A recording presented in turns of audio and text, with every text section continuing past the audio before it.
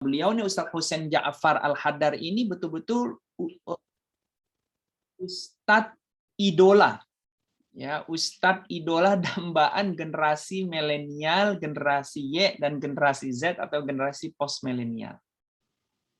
Karena itu saya pikir penting untuk menghadirkan beliau, bukan saja karena permintaan beberapa jemaah kita, tetapi juga agar kita, para orang tua, atau yang sudah punya cucu, ya seperti Wa'aan, atau Bapak Ibu yang sudah punya anak yang baik itu usia ABG, atau kuliah, atau sudah besar, memahami keberislaman generasi milenial, Y, Z, dan post milenial ini, ya. Apalagi kita tinggal di Belgia, di Prancis, di Jerman, di Belanda, di Eropa ini, keberislaman, keberagamaan anak-anak muda kita, baik itu ABG, usia SMP, SMA 12 sampai 18 maupun remaja akhir atau dewasa awal 18 sampai 25-an, ya masa kuliah S1, S2 atau bachelor dan master, itu berbeda dengan keberagaman para orang tua kita atau generasi Bapak Ibu semua. Karena itu ini penting untuk kita pahami, kita pelajari, bukan saja terkait dengan kita yang memiliki putra-putri atau cucu generasi milenial, tetapi juga ini kaitannya adalah panjang ini. Nanti kaitannya ada pada persoalan pernikahan, memiliki anak, memilih teman, dan lain sebagainya. Ya, baik. Sebelum saya lanjutkan dan jelaskan secara ilmiah mengenai tema kita malam ini, mungkin Bapak Ibu ada pertanyaan baik dari jemaah yang ada di Belgia maupun di luar Belgia, kami persilahkan. Kang Anton, Teh Juli bisa memoderatori, tapi jika ada yang mau bertanya secara langsung, kami persilahkan.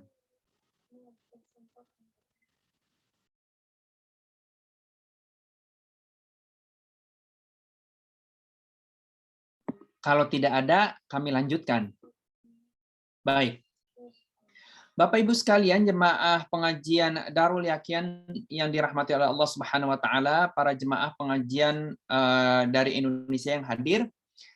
Begini, kenapa diberikan judul generasi milenial, dan apa sih generasi milenial, kemudian apa bedanya generasi Y, Z, alpha atau post milenial?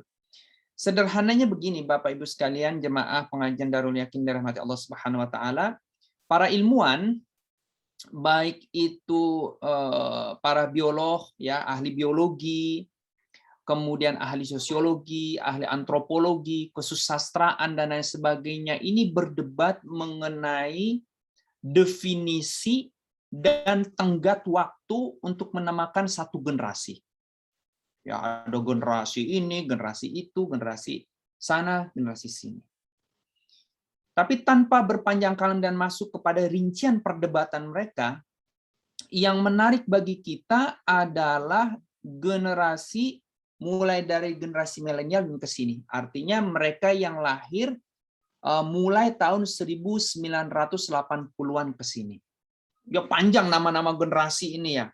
Tapi sebelum 1980-an disebut ada baby boomers. Ya, karena setelah Perang Dunia Kedua itu penduduk dunia terutama di negara-negara yang terjadi perang itu mengalami penurunan, terutama angka pernikahan, angka kelahiran, angka kepemilikan anak, ya, memiliki anak itu semakin menurun, dan itu wajar akibat perang. Setelah itu pemerintah terutama Eropa itu mendorong warganya untuk memiliki anak, terjadilah baby boomers. Baby boomers itu adalah generasi yang lahir setelah Perang Dunia Kedua, 50-an, 60-an, setelah itu ada disebutkan generasi apa, saya lupa. Baru setelah itu generasi milenial. Nah, generasi milenial adalah generasi yang lahir antara 1980 sampai 2000, tapi ada yang bilang 1980 sampai 1996. Sekali lagi, para ahli berbeda pendapat mengenai tahun. Tapi yang pasti, hampir sepakat itu diawali pada tahun 1980-an atau akhir tahun 1970-an. Ya. Jadi kalau dilihat dari situ, saya masih generasi milenial ternyata nih Kang Anton. Jadi generasi milenial itu 1980-an awal, 1970-an akhir, sampai 1990-an awal atau sampai 1990-an akhir. Itu generasi milenial. Setelah 1996 atau mulai 1997 itu ini gambaran umum, itu disebut generasi Z. Ya. Kalau milenial disebut generasi Y atau milenial, terus generasi Z 1997 sampai 2010, ada yang bilang 2012. Setelah mereka yang lahir 2010 atau setelah 2012 itu disebut generasi alfa. Jadi Y, Z, alfa. Ada istilah lagi nih, generasi alfa itu disebut juga sebagai generasi post milenial, atau dalam bahasa Inggrisnya post millennial generations, gitu ya. Nah, sekarang kita, nah ini alhamdulillah, terima kasih Kang Anton udah dibagikan, terima kasih. Ya, generasi baby boomer 4664, generasi X 6576, generasi milenial 7795. Nah, ini benar, ini dalam versi yang ditampilkan oleh Kang Anton yang bersumber dari Tirto 1970 akhir itu masuk milenial, tapi di pembahasan yang lain itu 80. Itu perdebatan luar biasa. Kalau melihat ke sini, saya Ima ini masih masuk generasi milenial, tapi kalau kalau kayaknya generasi baby boomer nih, Wah. Terus kalau Ibu Julizar atau Ibu Surasni, Bu Hajah Evi, Bu Hajah Leli kayaknya di generasi X kali ya, generasi X. Baik, bagi generasi baby boomer atau generasi saat kelahiran banyak itu dan generasi X ini memahami keberislaman generasi milenial atau Y, generasi Z atau generasi alpha atau post milenial ini bingung gitu ya, karena semua tata nilai kemudian tata cara itu berubah semuanya. Nah, pada bulan lalu kita sudah membahas ya perilaku akhlak anak ke orang tua, dan sebelumnya kita sudah membahas mengenai orang tua ke anak. Tapi sekarang kita lebih menyeluruh lagi membahas mengenai keberislamannya. Misalnya begini, saya memberikan contoh. Kenapa kita perlu menghadirkan Ustadz Hussein Ja'far? Karena ibu-ibu, kalau ibu-ibu, bapak-bapak sekalian melihat medsos generasi milenial, generasi Y, generasi Z dan Alpha, baik di Twitter, di Instagram, TikTok, YouTube, itu berbeda sekali. Dari mulai bertanya dan menjawab. Yang kalau menurut standar atau pakem generasi baby boomer dan generasi X itu mungkin hitungannya tidak sopan. Misal, saya berselancar di medsos, aktif di medsos bukan saja untuk berdakwah, tapi saya sebagai pengamat, karena bagian kerjaan saya sebagai peneliti harus mengamati dan ujung-ujungnya nanti harus jadi artikel. Saya mengamati beberapa dai milenial dalam tanda kutip, antara lain Ustadz Hussein Ja'far ini, tetapi ada Gus Muafid, ada Gus Miftah, ada lagi beberapa orang yang akunnya itu lebih dari 1 juta pengikut. Cara interaksi keberislaman mereka itu, karena saya istighfar terus ya, misalnya nanti Ustadz Hussein Ja'far ini bisa menjelaskan, misalnya pertanyaan misalnya begini, surga dan neraka yang ditampilkan oleh para dai atau penceramah generasi baby boomer, generasi X itu terkesan surga neraka itu sakral, kemudian mengerikan, menakutkan. Tapi bagi generasi milenial, generasi Z dan generasi alpha ini, surga neraka itu didekati dengan cara guyonan.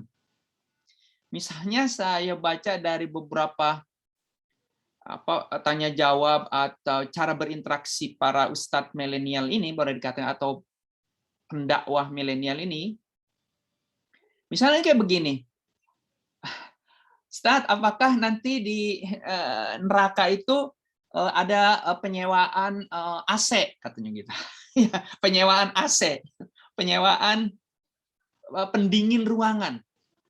Waduh, ini kalau ditanyakan ke para dai generasi baby boomer, generasi X ini udah disuruh keluar masjid mungkin ya.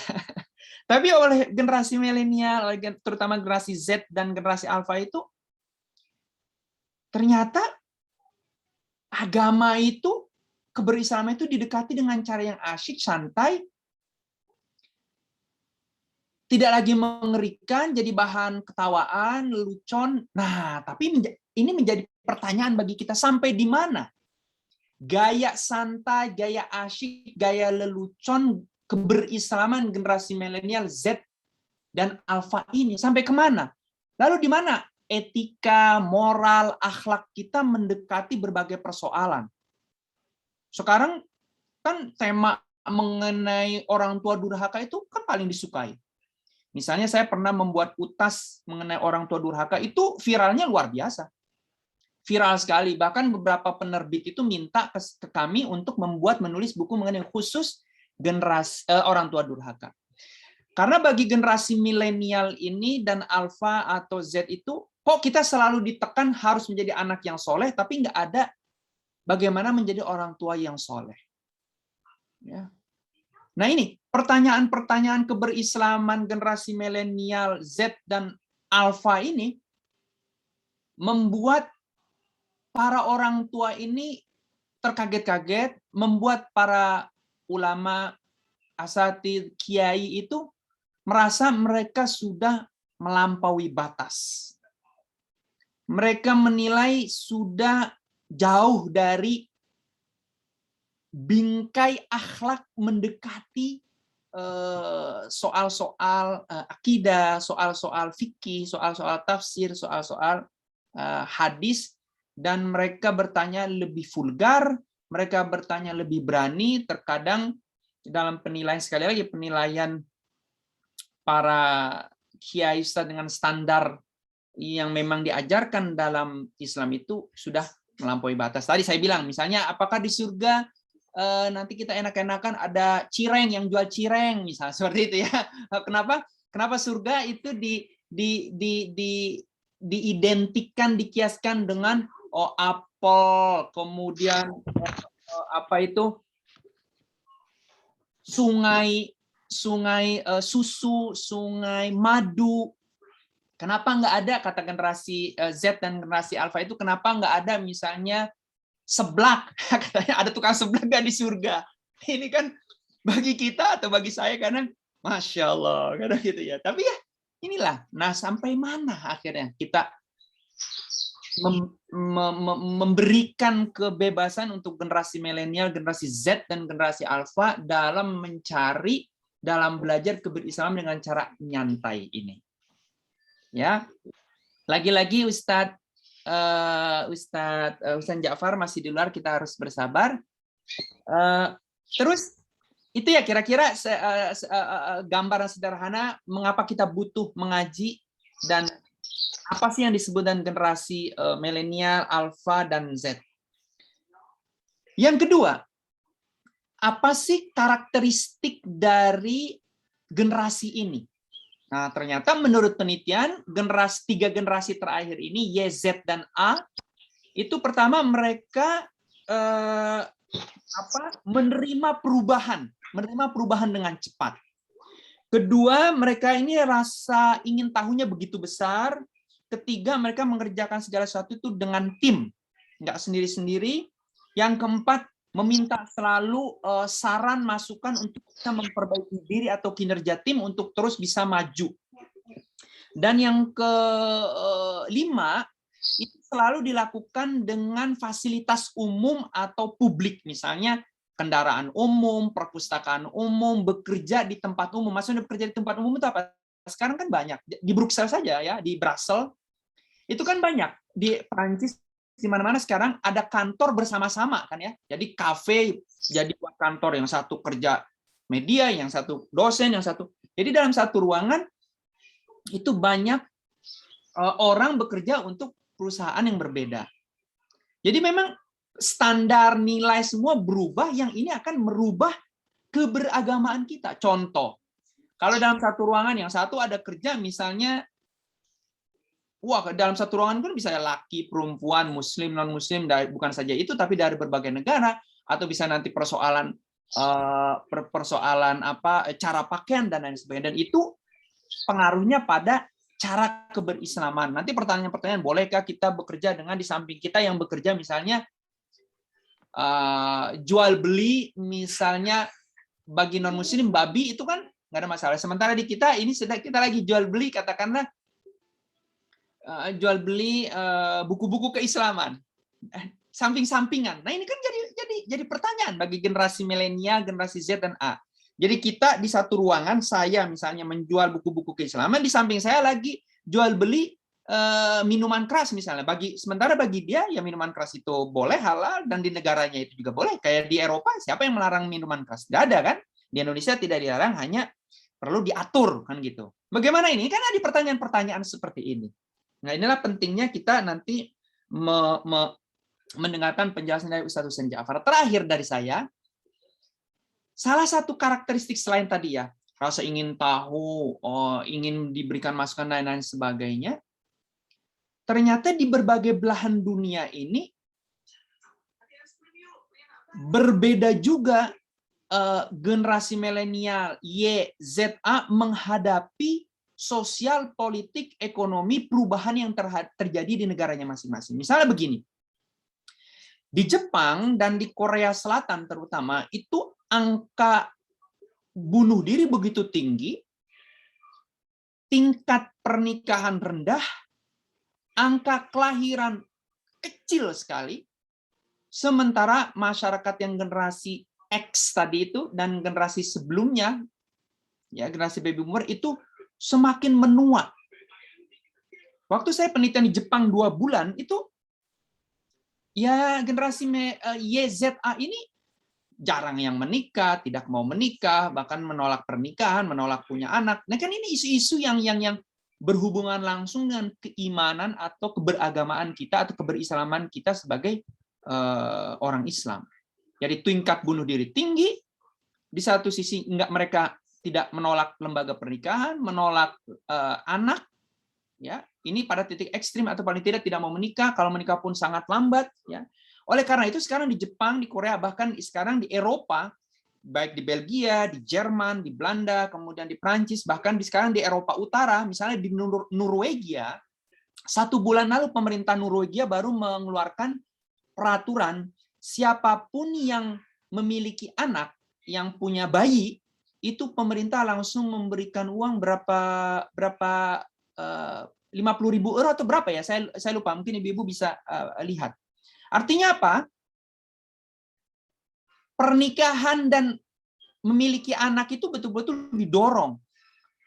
Misalnya kami waktu di Perancis itu, waktu kelahiran anak ketiga, waktu lahir itu langsung pemerintah Perancis memberikan bantuan 1.100 euro. Ya, lumayan ya, itu lumayan sekali. Mungkin uang Indonesia sekitar berapa itu? Sekitar 20 jutaan ya. Ya alhamdulillah untuk beli popok dan lain sebagainya. Nah, terakhir adalah generasi milenial ini, selain tadi ada tingkat bunuh diri, nggak mau menikah, nggak mau punya anak, itu dia main apa yang sekarang istilah circle-circlean, ya, berjejaring. Nah, saat saya membaca kitab-kitab hadis, saya temukan ternyata, makanya saat saya membuat status mengenai beberapa hadis, ternyata disebut, wah ini hadis circle atau hadis jejaring. Misalnya Rasulullah SAW bersabda yang diriwayatkan Imam Al-Baihaqi di dalam kitab Syu'abul Iman, saya menemukan beberapa hadis dan tentu di beberapa kitab hadis yang lain yang diriwayatkan oleh para muhaddits lainnya. Itu misalnya Rasulullah SAW bersabda, fa innama yusahibu may yuhibbu aw huwa mithluhu. Sungguhnya seorang itu berteman dengan siapa yang ia suka, atau yang seperti dia, atau yang segelombang, yang sefrekuensi, atau yang kalau istilahnya sekarang satu chemistry, satu tautan kimiawi jiwa, nah, gitu ya. Ada hadis lain yang hampir sama, fa'tabirur rajula bima yusahibu aw huwa mithluhu. Kalau kamu mau menilai orang atau nilailah orang, seseorang rajula, seseorang dengan siapa dia berteman. Jadi kalau mau menilai orang itu, ya nilai siapa teman-temannya. Nah ini kemudian ini kan di dunia medsos sekarang disebut dengan circle-circlean atau jejaring pertemanannya. Nah ternyata di generasi, terutama generasi Z dan A ini, yang kelahiran 2000 ke sini, itu sangat penting ternyata generasi jejaring ini. Dan ternyata ada dasarnya di hadis dia, orang akan berteman dengan yang dia sukai, satu pemikiran, satu pandangan, dan lain sebagainya. Itu pengantar panjang lebar dari saya, sekitar 25 menit, mengenai apa itu generasi milenial, karakteristiknya, pengaruh, dan akibat dari keberislaman yang dengan gaya baru ini, sehingga kita sebagai orang tua atau masyarakat pada umumnya memahami dan tidak mudah langsung menghakimi. Nah, ini. Ya. Generasi milenial, generasi Z dan A ini, mohon maaf kalau bahasa agak sedikit vulgarnya itu, generasi Z dan A kelahiran tahun 2000 itu bosan dengan cara dakwah atau keberagamaan yang menyalah-nyalahkan terus, menghakimi, neraka. Jadi mereka itu mau cari keberagaman yang nyantai, yang terbuka dan tidak buru-buru menghakimi. Nah, berarti kan ini pendakwah, kiai, ustadz harus memahami ini semua sehingga bisa sasaran dakwah ini, mad'u istilahnya, sasaran dakwah ini masuk.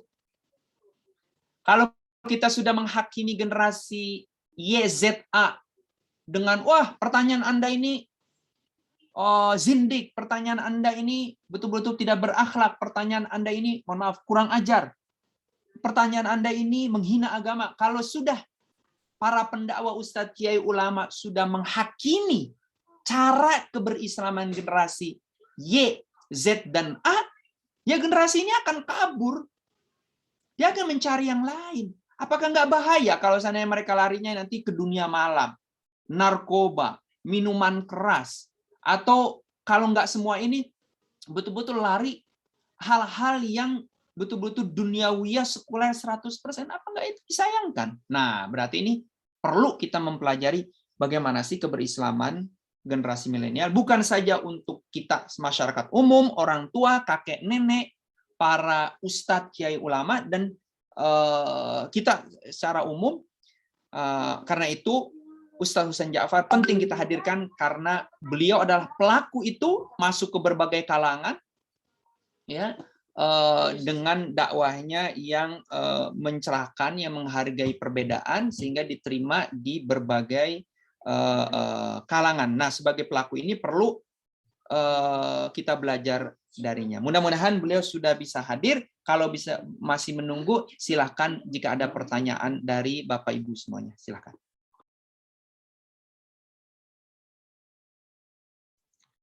Saya ada pertanyaan, A.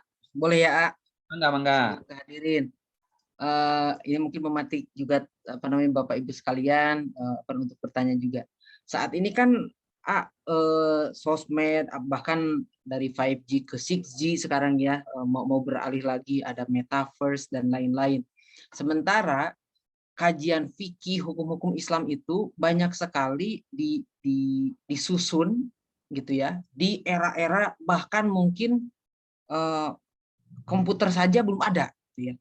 Nah, jadi misalnya gini, ini mohon koreksi saya bila saya salah. Misalnya ada keterangan, bahkan keterangannya itu dalam kitab Imam Bukhari, gambar itu, foto itu haram, gitu kan? Pada level tertentu diharamkan.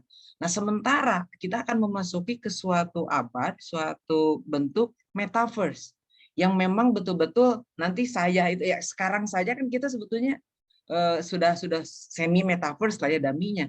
Nanti itu kan kita akan hanya memakai sebuah kacamata khusus, nanti akan ada perwakilan saya di dunia itu. Nanti akan ngobrol dengan AA gitu kan dan lain-lain. Nah, pertanyaan saya adalah hukum Islam sudah bukan tertinggal. Hukum Islam banyak sekali disusun di era-era yang cukup lama, ratusan tahun yang lalu. Dunia sudah berubah, bahkan bentuk generasi pun tadi A menyampaikan berubah. Nah, bagaimana fikih bisa mengikuti perubahan ini, baik itu perubahan zaman maupun perubahan generasi, persepsi dan paradigma generasi. And then apa nih yang harus disiapkan, khususnya kami calon orang tua atau para orang tua yang ada di sini dalam menghadapi gap ini, gap antara hukum yang sudah cukup lama dengan persepsi kita dalam menghadapi perubahan. Terima kasih banyak, A. Kang Anton, ini pertanyaannya sangat bagus sekali, sangat relevan, dan langsung ke titik dan jantung masalah. Begini, ada dua jawaban. Pertama, jawaban dengan menggunakan dalil-dalil umum, saya akan jawab. Yang kedua, jawaban yang betul-betul khas fikih dan usul fikih, dalam arti menjawab satu persoalan dengan dasar atau dalil yang memang pas dan khusus untuk itu. Saya akan menjawab yang pertama saja, karena yang kedua ini tentu harus di dalam forum yang istilahnya yaitu bahtul masail. Begini, Kang Anton, Bapak Ibu sekalian, ada beberapa hal.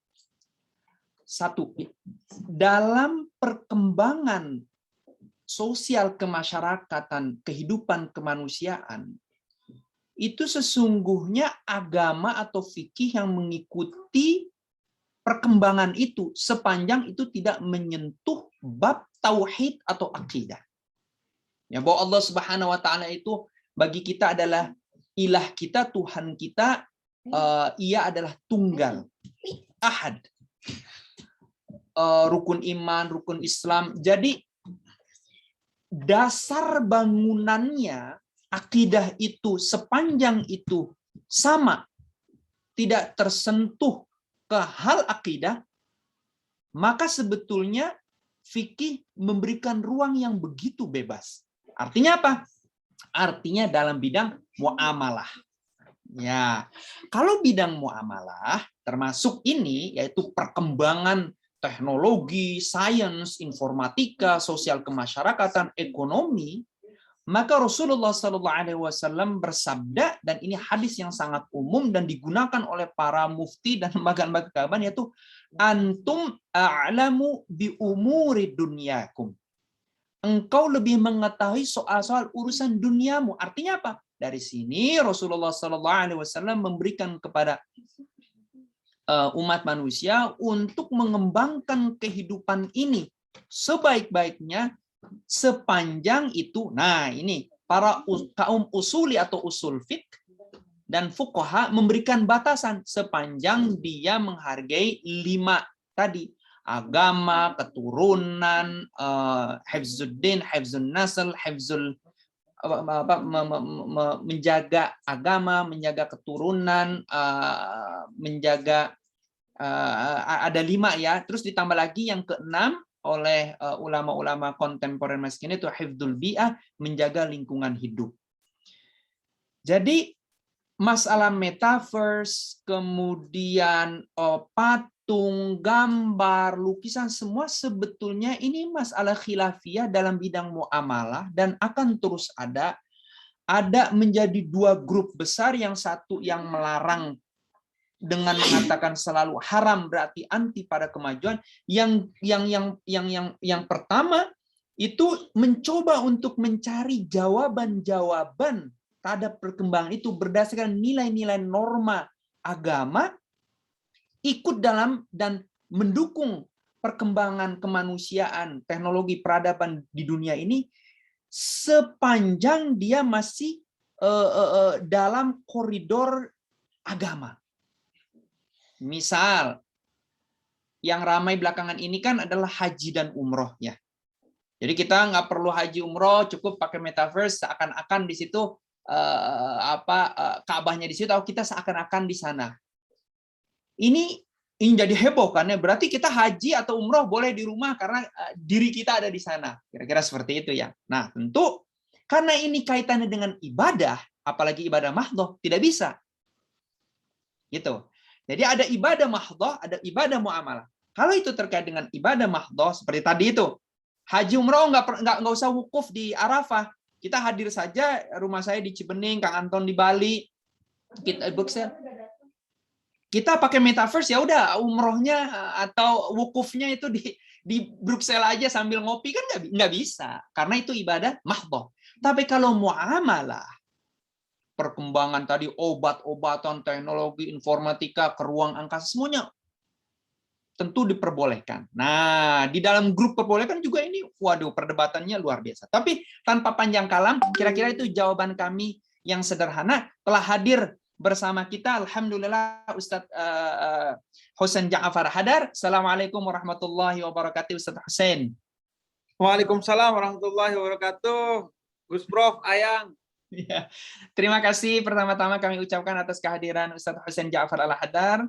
Karena Ustadz Husain tadi agak sedikit terlambat, kami sudah buka dengan pengajian yasinan dan tahlilan, kemudian kami juga sudah buka dengan penjelasan apa itu generasi milenial, Y, Z, alpha, post milenial, karakteristik mereka, kemudian keberislaman dan keberagamaan generasi Y, Z dan alpha ini yang kemudian akan merubah semua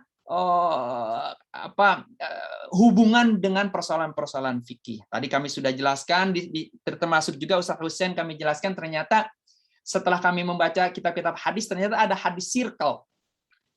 Jadi generasi-generasi, saya bilang bahwa tadi ke jemaah generasi milenial Y, Z, alpha itu salah satu karakteristiknya selain tadi banyak ya rasa ingin tahu. Ternyata mereka itu berjejaring atau circle.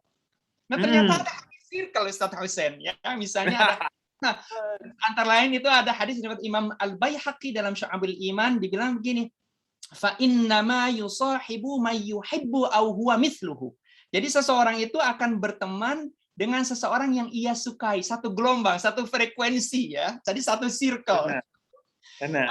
Terus saya katakan bahwa kita harus memahami keberislaman, keberagaman generasi ini yang terkadang itu melewati batas-batas akhlak dalam tanda kutip yang kita diajari dulu. Saya sudah contohkan tadi banyak Ustadz Husain bersama dengan jemaahnya di berbagai medsos itu pertanyaan-pertanyaan generasi milenial YZA ini kadang, mohon maaf, kadang sampai batas yang kita nilai kurang ajar ya Ustadz Husain. Misalnya, benar. Ustadz Husain, apakah nanti di neraka ada jasa peminjaman pendingin ruangan atau AC? Waduh, kalau pertanyaan ini ditanya ke Ustadz Quraisy Shihab atau ditanya para sepuh ini bisa dilempar bakyak ini. Ya. Baik, tanpa panjang kalam maka kami dari jemaah pengajian Darul Yakin di Belgia, jemaah ini banyak yang minta Ustadz Husain, juga ada yang hadir bersama kita dari Indonesia dan dari negara-negara lain. Kita hadirkan Ustadz Husain Ja'far karena sebagai pelaku dari milenial yang berdakwah dan tahu sendiri dan bagaimana karakteristik mereka mengenai keberislaman, keberagaman generasi milenial. Ini dan saya berikan waktu untuk Ustadz Husain Ja'far. Mangga Ustadz Husain, silakan. Ya, bismillahirrahmanirrahim. Alhamdulillah wassalatu wassalamu ala Rasulillah wa ala alihi washabihi wa ala ma ba'du. Assalamualaikum warahmatullahi wabarakatuh. Pertama-tama terima kasih kepada Gus Prof Ayang. Ini kayaknya sahdu sekali ya manggilnya Ayang gitu. Atas undangannya. Mohon maaf agak terlambat karena tadi harus syuting untuk konten Ramadan. Nah ini keberkahan YouTuber dakwah itu 2 bulan sebelum Ramadan, kondisi Ramadan itu sudah terasa. Tapi yang lebih terasa adalah kondisi komersialisasinya ketimbang kondisi spiritualisasinya. Gitu. Nah, senang sekali berada di tengah-tengah jamaah Darul Yakin dari berbagai negara, khususnya dari Belgia dan Indonesia. Nah, malam hari ini kita akan ngaji satu tema tentang pola keberagamaan baru dari anak muda.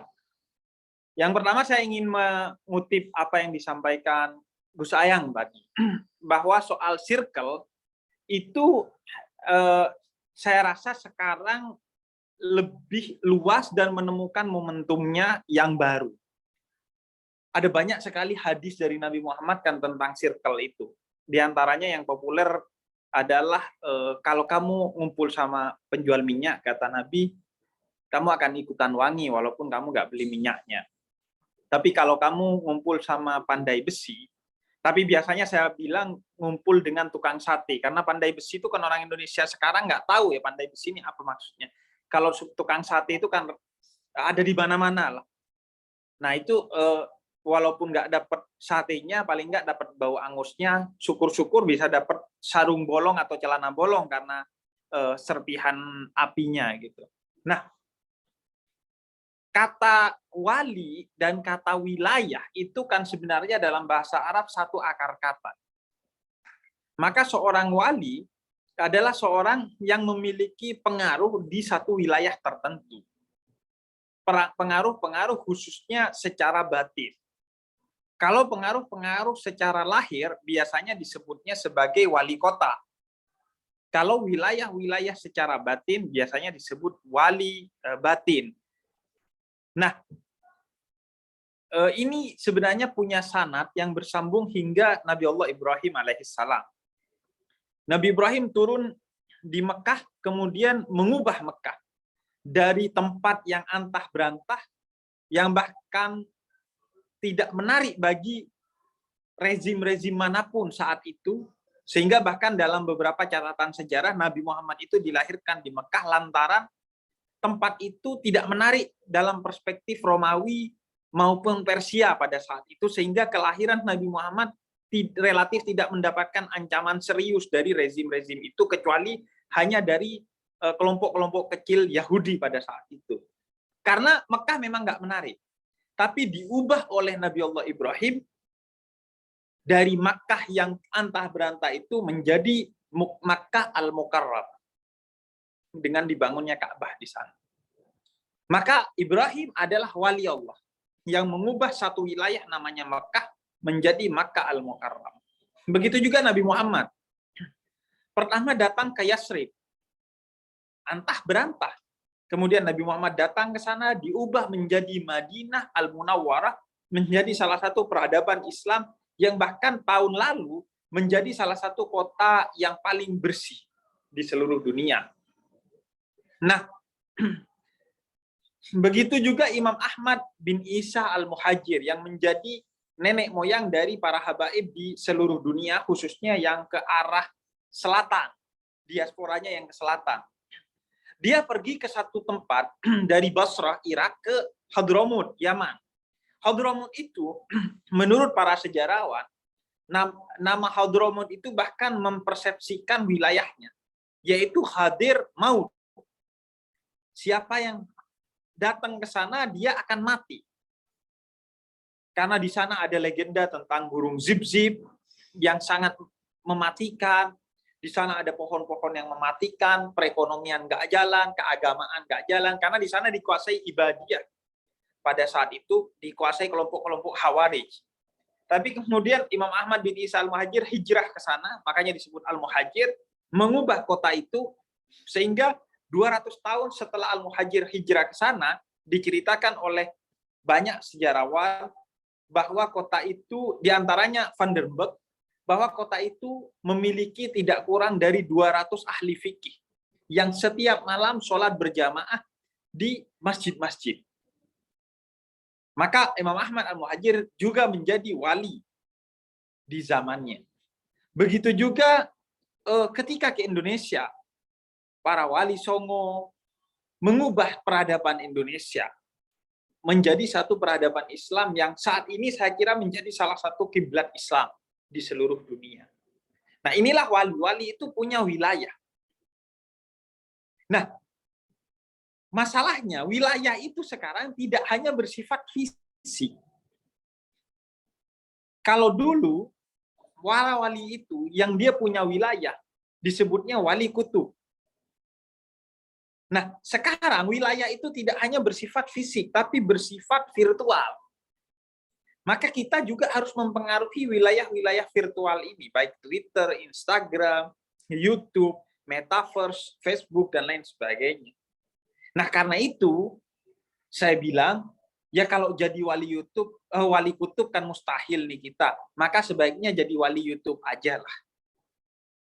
Daripada nggak mungkin jadi wali kutub, kita nggak punya bakat untuk jadi wali kutub, ya paling tidak bercita-cita jadi wali YouTube. Artinya orang yang memastikan siapa saja yang ngeklik, nge-like, nge-share, komentar di tempat YouTube kita atau media sosial kita secara umum, dia akan mendapatkan kebaikan dan menebarkan kebaikan.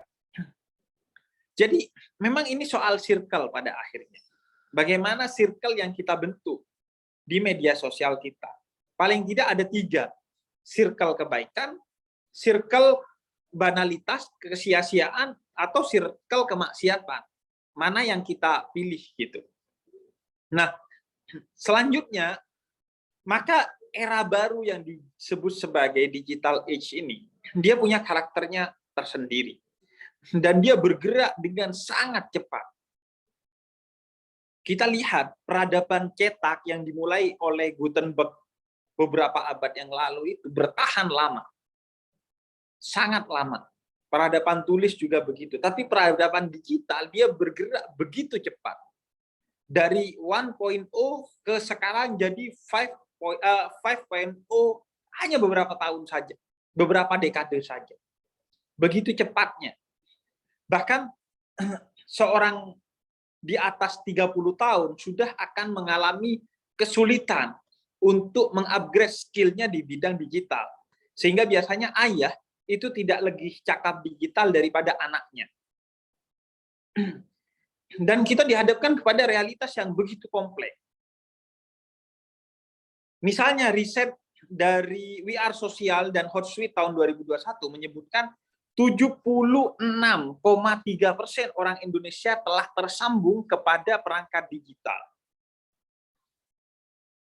8,5 jam rata-rata mereka menghabiskan waktunya dengan media digital. 54 kali sehari mereka buka HP-nya tanpa HP itu berbunyi, tanpa bergetar, ataupun layarnya menyala. Bagaimana keterjangkitan kita kepada digital ini? Riset PPIM tahun 2021 menyebutkan 63% orang Indonesia menjadikan YouTube, Google, dan media sosial sebagai faqih mereka, ahli fikih mereka. Bahkan kalau 2019 riset Alfara itu menyebutkan orang tua masih berada di atas YouTube terkait informasi keagamaan bagi seorang anak. Tahun 2021 PPIM menyebut seorang anak akan lebih percaya kepada YouTube daripada kepada orang tuanya dalam hal keagamaan. Misalnya, orang tuanya bilang tahlil itu baik, tapi YouTube mengatakan tahlil itu bid'ah, maka anak itu akan cenderung lebih percaya bahwa tahlil itu bid'ah. Maka ini realitas baru yang ada di depan kita. Apa yang bisa kita tangkap dari realitas baru ini sebagai ciri-ciri yang bisa kita jadikan bekal dalam mengarungi samudra ini? Yang pertama adalah mereka cenderung instan dalam menggali ilmu-ilmu agama. Karena itu, doktrin-doktrin puritanisme yang cenderung memberikan jalan pintas bagi orang untuk bertaubat dan meraih kemuliaan dalam hal agama, itu menarik sebagai dagangan di industri nasihat ini. Itu menarik, karena dia memberikan jalan pintas. Orang yang baru kemarin main musik di atas panggung, bisa-bisa beberapa bulan lagi naik panggung tapi untuk berceramah. Orang yang baru kemarin keluar dari penjara, tentu tanpa bermaksud kita mendiskriminasikan orang yang keluar dari penjara. Tapi besok-besok sudah bisa naik panggung untuk berceramah. Orang yang kemarin mu'alaf, hari ini sudah bisa berceramah. Bahkan menjelaskan doktrin-doktrin kunci dalam Islam yang debatable, yang ikhtilafiyah. Karena mereka menyajikan keinstanan dalam beragama. Ini juga yang menjadi doktrin kunci dalam radikalisme teroris. Di mana orang yang bergelimang dosa diberikan jalan pintas. Jihad, maka selesai urusanmu. Kamu menjadi mulia. Jadi itu karakter pertama. Yang mau tidak mau, dalam batas-batas tertentu kita harus menaiki ombak ini agar kita bisa diterima oleh konsumen yang sudah berubah itu. Karena itu penting menghadirkan fikih-fikih, kajian-kajian tasawuf, kajian-kajian kalam yang cenderung lebih instan. Paling tidak instan dalam men-trigger mereka mulai suka kepada tema-tema tertentu dalam berbagai bidang di keagamaan. Sembari juga tetap memberikan tools dalam tasawuf bahwa ketawaduan seorang murid itu adalah permata bagi seorang murid agar nggak jadi sok-sokan nih ketika dia belajar. Kemudian yang kedua cirinya berdasarkan pengalaman saya adalah tergesernya otoritas oleh popularitas. Dan ini fenomena dalam semua kajian keilmuan. Baik ilmu agama maupun ilmu-ilmu umum atau non-agama secara umum. Misalnya ya, seorang Profesor Quraish Shihab bisa didebat dan dibuat babak belur di media sosial tentang tafsir Quran oleh seorang bocah kemarin sore yang punya followers besar. Otoritas Ustaz Quraish runtuh seketika diruntuhkan oleh popularitas seorang anak muda yang tidak jelas background keagamaan. Ini yang disebut sebagai matinya kepakaran oleh beberapa sarjana di Barat. Di mana dia berangkat dari satu tesis bagaimana ada seorang yang populer memberikan uraian di media sosial bahwa AIDS dan HIV itu tidak ada hubungannya. Akhirnya Presiden Afrika Selatan menjadikan itu sebagai kebijakan. Sehingga 300.000 orang di Afrika Selatan mati karena HIV AIDS. Karena dia percaya kepada informasi dari sosok yang populer, bukan yang punya otoritas. Jadi, itu ciri yang kedua. Karena itu saya mendorong orang-orang yang memiliki otoritas ini mau turun untuk kemudian membangun popularitas sehingga dakwahnya bisa didengar lebih luas dengan bahasa-bahasa dan tema-tema yang populer juga. Karena itu saya sangat respect kepada Prof. Ayan, Prof. Nadir Shah Hussein yang mau turun ke media sosial untuk ikut juga urun rembuk dalam berbagai tema. Karena mereka yang punya otoritas. Karena seringkali orang yang punya otoritas itu antara tidak mampu atau tidak mau. Tidak mampu dalam artian dia tidak mampu berbahasa populer. Karena nulis populer dengan nulis jurnal ini berbeda jauh. Bayangin jurnal yang bisa panjang lebar dengan footnote, tiba-tiba suruh nulis di Twitter hanya beberapa karakter tanpa rujukan yang jelas. Gitu. Yang kedua, ada yang mampu tapi tidak mau. Karena dianggap ngapain di media sosial, gak keren. Mereka yang berada di Menara Gading. Tentu ini yang menjadi keprihatinan kita. Kita ingin mendorong panggung-panggung itu diambil oleh mereka yang punya otoritas. Agar orang-orang yang mendengarkannya tidak tersesat. Nah, yang ketiga cirinya adalah cenderung emosional dalam beragama ketimbang rasional.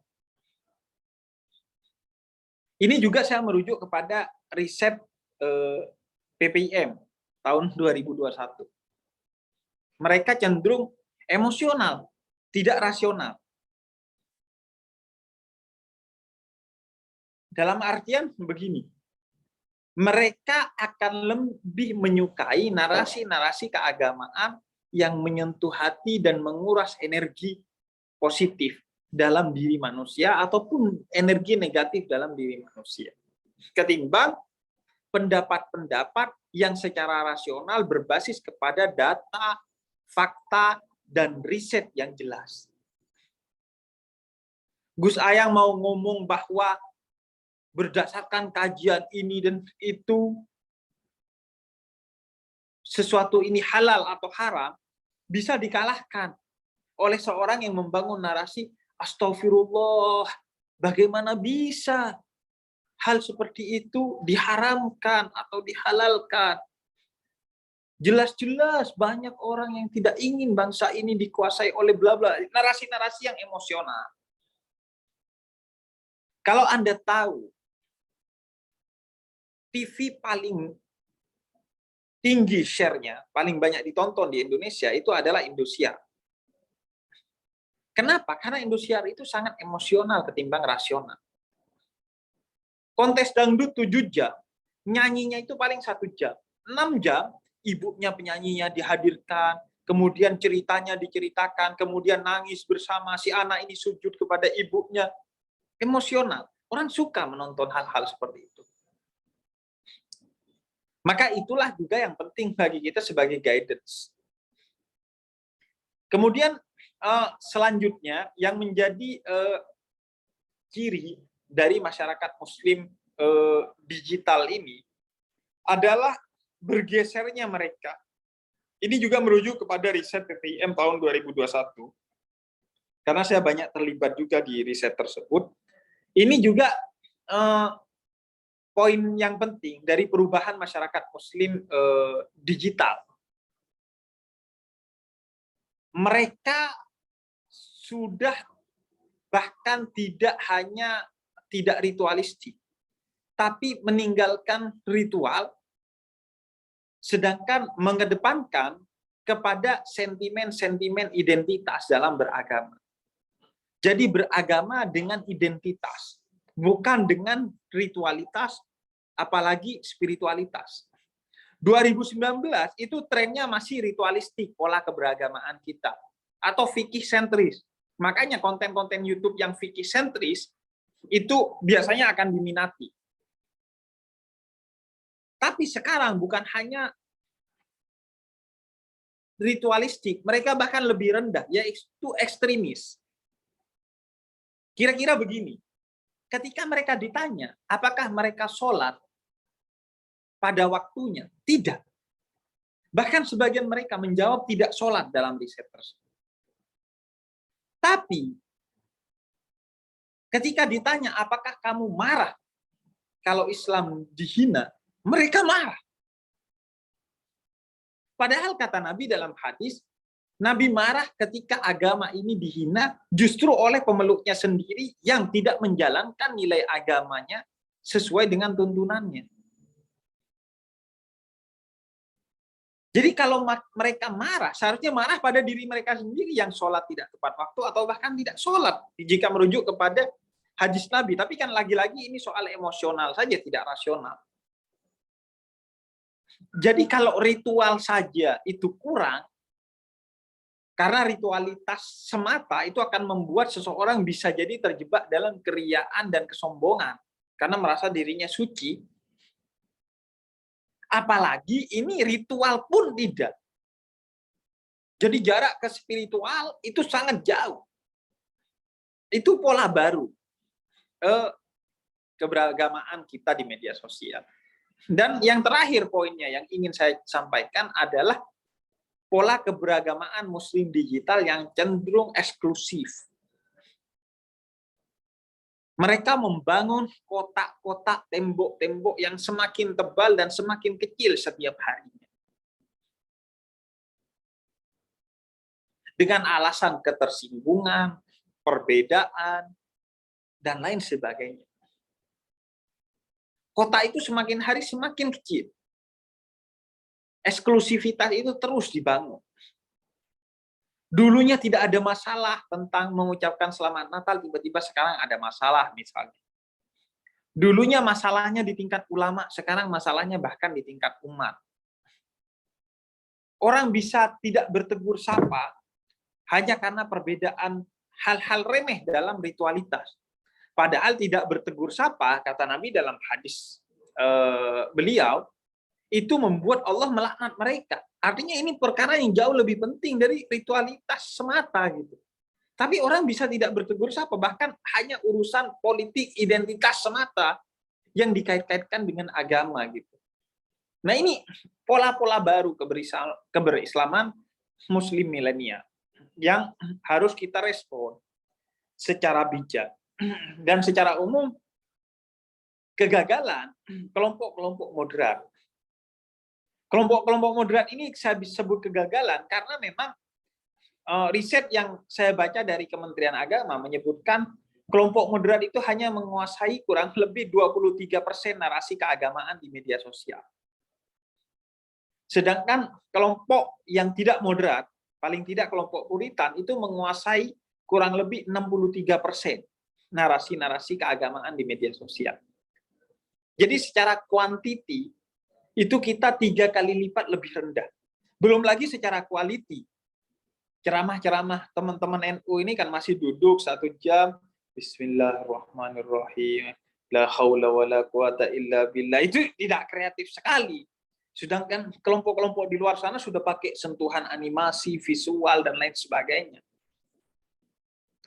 Nah, karena itu perlu dorongan-dorongan bagi kita untuk mengupgrade skill dakwah digital kita. Karenanya kalau ada orang yang mendorong one day, one juice, saya mendorong one pesantren, one studio. 1 pesantren, 1 studio untuk membuat konten yang banyak dan berkualitas dalam hal keagamaan. Karena perang utama dalam dakwah kita itu sekarang di media sosial. Bahkan rekrutmen teroris ke Suriah dari Indonesia oleh ISIS itu sejak beberapa tahun yang lalu melalui Facebook. Karena media sosial itu mudah, murah, tapi efektif. Nah, karena itu penting kita hadir di media sosial dengan kecakapan digital yang sudah matang, sehingga tidak ada lagi kata-kata, saya sudah kok dakwah di digital, tapi yang nonton tetap sedikit. Gitu. Ya bukan soal itu yang pertama dan utama, dan yang kedua, yaitu karena kita nyaris sama dengan kelompok Puritan, berdakwah secara tekstualis, tidak kontekstualis. Kita cakap dalam teks, tapi tidak cakap atau gagal dalam memahami konteks yang sudah berubah jauh. Sehingga kemudian kita tidak bisa mempengaruhi dan mengendalikan narasi-narasi keberagamaan di media sosial. Sebagaimana kita juga harus akui bahwa militansi kita itu jauh ketimbang kelompok-kelompok yang di seberang kita. Karena itu paling tidak ini menjadi suntikan semangat atau suntikan inspirasi bagi kita untuk memulai di media sosial mempengaruhi pola keberagamaan di sana. Itu mungkin sebagai pengantar, Gus Sayang. Semoga bermanfaat. Baik, terima kasih Ustadz Hussein atas tausiah dan pemaparannya mengenai keberislaman generasi milenial Y atau Z dan A untuk kita jemaah Darul Yakin di Belgia atau negara tengah ataupun dari teman-teman bapak-bapak sahabat semua dari Indonesia. Bapak Ibu yang hadir secara daring, jika ada pertanyaan dipersilahkan sambil menunggu. Ada pertanyaan ini 2 Ustadz Hussein di kolom tanya jawab kita.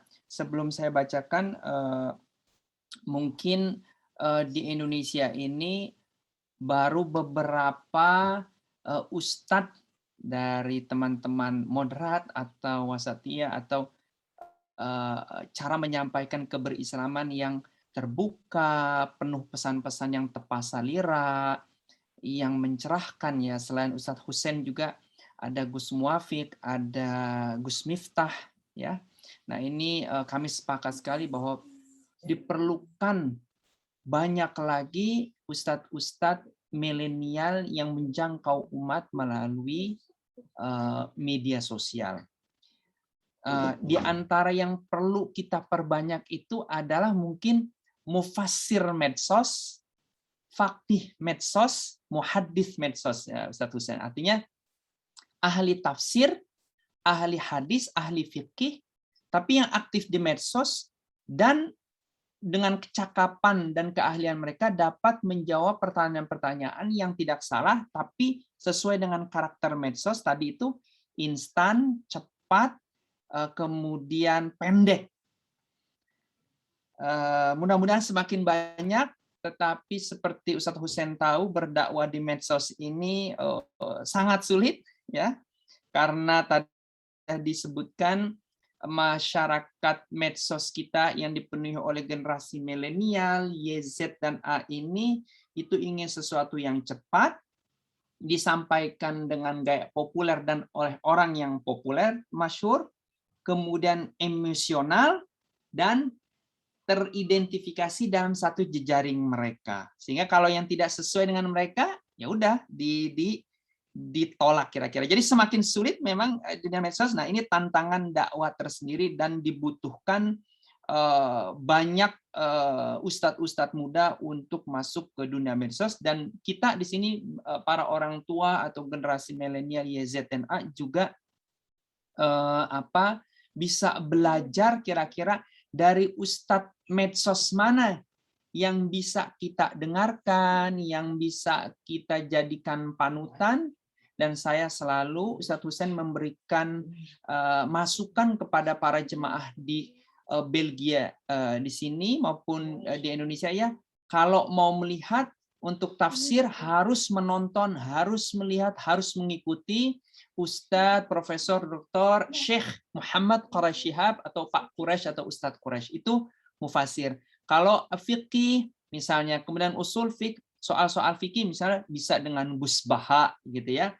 Jadi memang harus juga ada orang-orang hebat ini di belakang mereka ini adalah ahli-ahli teknologi informatika, sehingga generasi yang sudah sepuh itu bisa ditampilkan ke generasi milenial. Mungkin itu tanggapan saya, Ustadz Husain. Tetapi saya akan membacakan, ini ada beberapa pertanyaan Ustadz Husain ya. Yang pertama, ini pertanyaannya fikih ini. Bolehkah seorang anak menghajikan atau mengumrohkan orang tua yang telah wafat? Ya, ini pertanyaan dari OnePlus6. Terus pertanyaan yang kedua, apa hukumnya Kak dia menyampaikan ajaran-ajaran agama tapi dia sendiri tidak menjalankannya? Bagaimana orang punya akun medsos selalu mengajarkan kebaikan-kebaikan tapi dia tidak menjalankannya? Itu yang kedua. Yang ketiga, pertanyaannya lagi dari Mbak Dinda Anaya. Yang ketiga, dia menyampaikan, ada orang yang menyampaikan pesan-pesan kebaikan keagamaan tapi bukan alumni pesantren, artinya bukan ahli sebetulnya. Itu gimana juga? Silakan Ustaz Husain.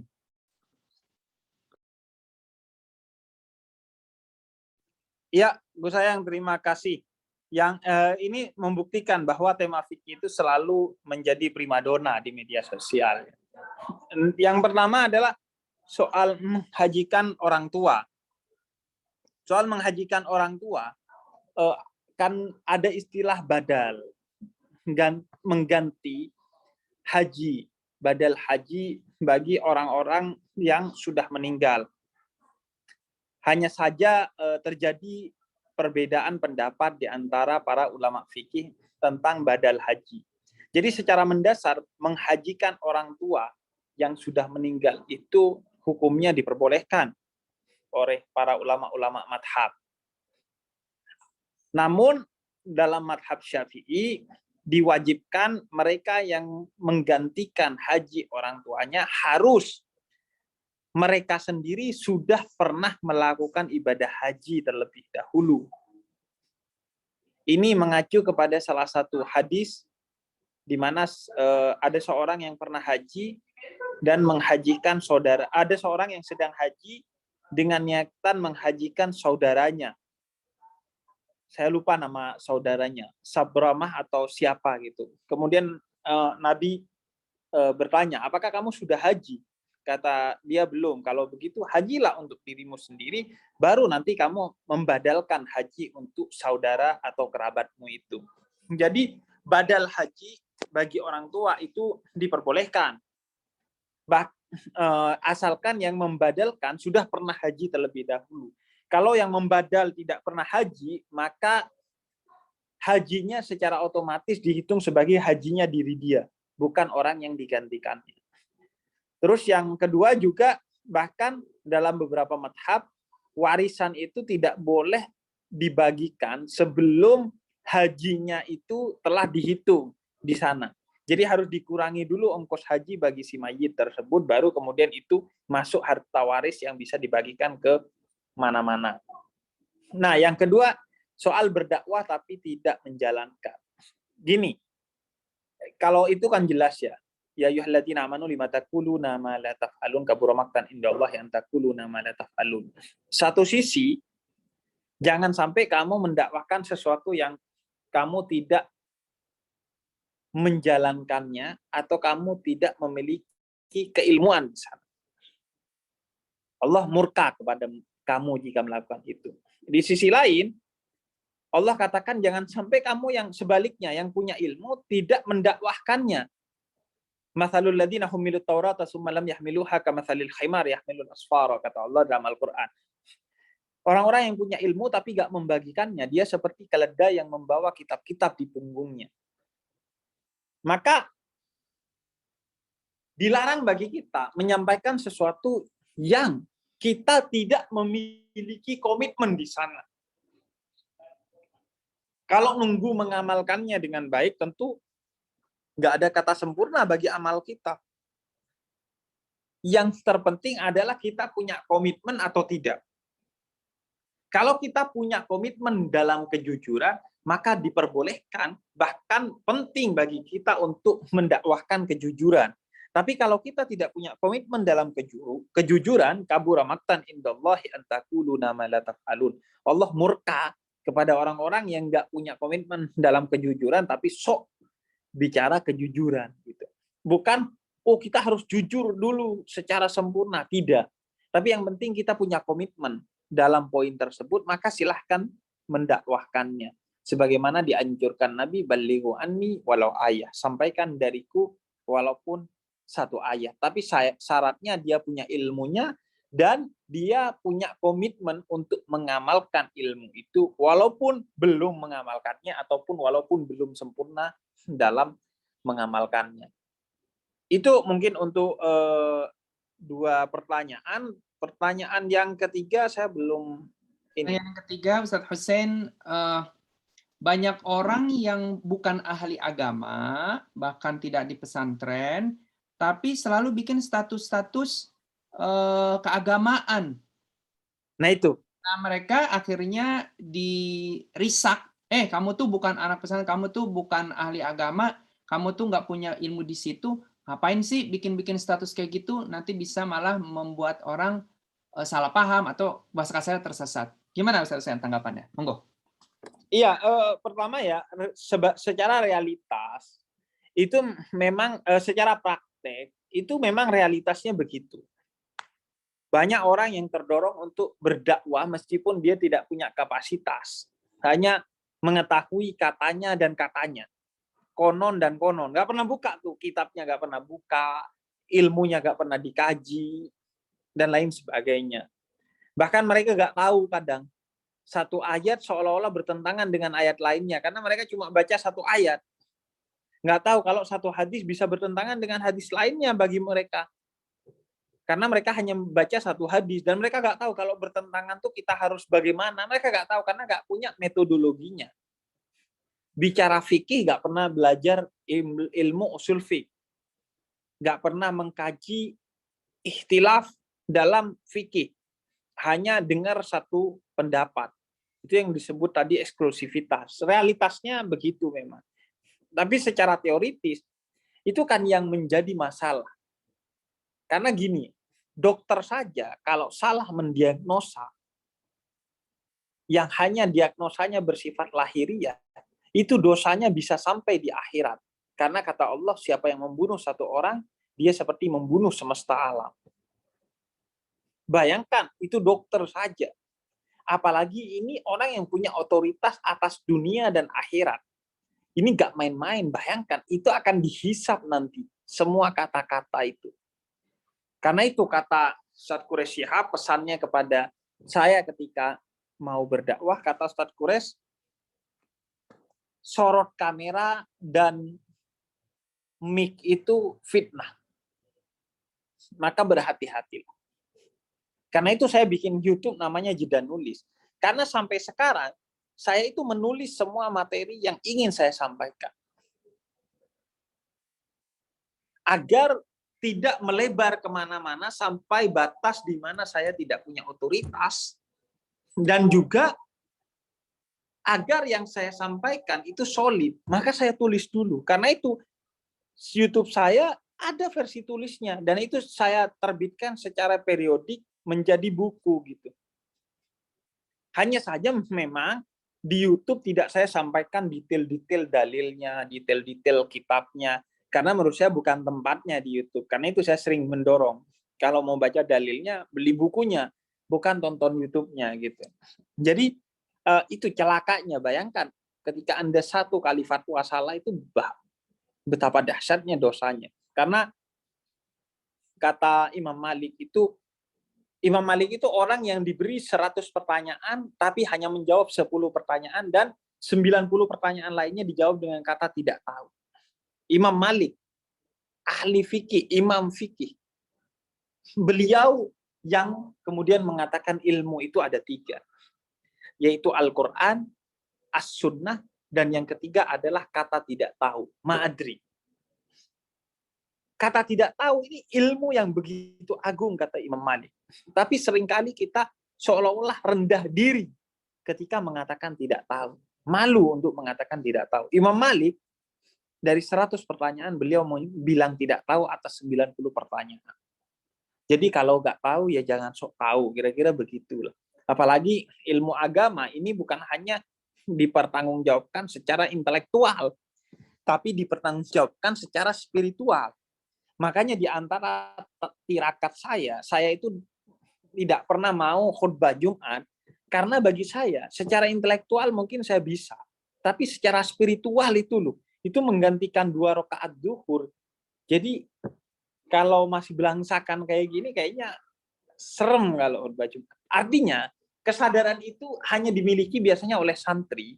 Kerap kali orang di luar sana tidak mengetahui dan tidak menyadari kesadaran ini, apalagi kesadaran tentang sanad, keberkahan, dan lain sebagainya.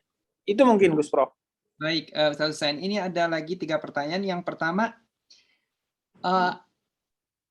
di medsos itu banyak sekali orang yang mengunggah-unggah ayat Al-Quran, baik di Instagram, di Twitter.